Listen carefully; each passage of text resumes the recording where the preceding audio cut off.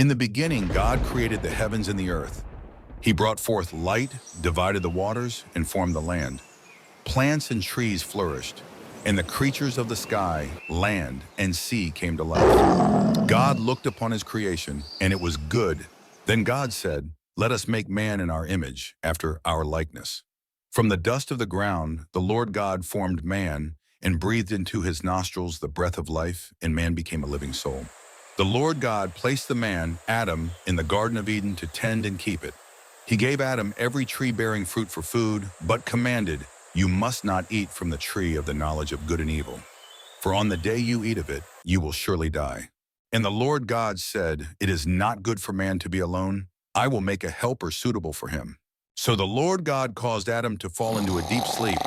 He took one of Adam's ribs and from it made a woman. When Adam saw her, he said, "This is now bone of my bones and flesh of my flesh.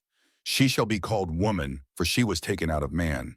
Adam and Eve lived in perfect harmony in the Garden of Eden. They cared for the animals, gathered food, and enjoyed the beauty of God's creation. In the cool of the day, the Lord God walked with them in the garden. They delighted in his presence, living in peace and joy. But in the center of the garden stood the tree of the knowledge of good and evil. God had forbidden them from eating its fruit. Now the serpent was more cunning than any creature the Lord God had made. He said to the woman, "Did God really say, 'You must not eat from any tree in the garden'?" The serpent said, "You will not surely die, for God knows that when you eat of it, your eyes will be opened, and you will be like God, knowing good and evil."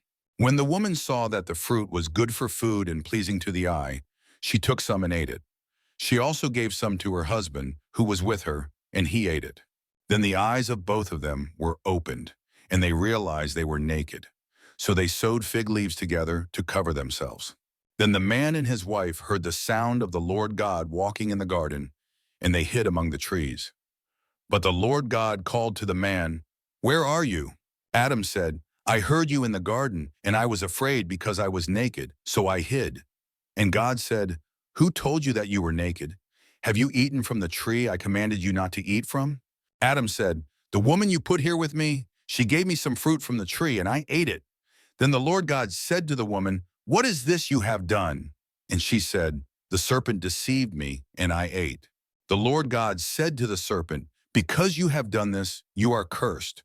To the woman he said, "I will greatly increase your pain in childbirth." And to the man he said, "By the sweat of your brow you will eat your food until you return to the ground, for dust you are, and to dust you will return." The Lord God made garments of skin for Adam and his wife and clothed them. Then he banished them from the Garden of Eden to work the ground from which they had been taken. An angel with a flaming sword was placed at the entrance to Eden to guard the way to the tree of life. Though they were sent out, God's promise of redemption remained. The story of humanity had begun, a journey of toil, love, and the hope of restoration.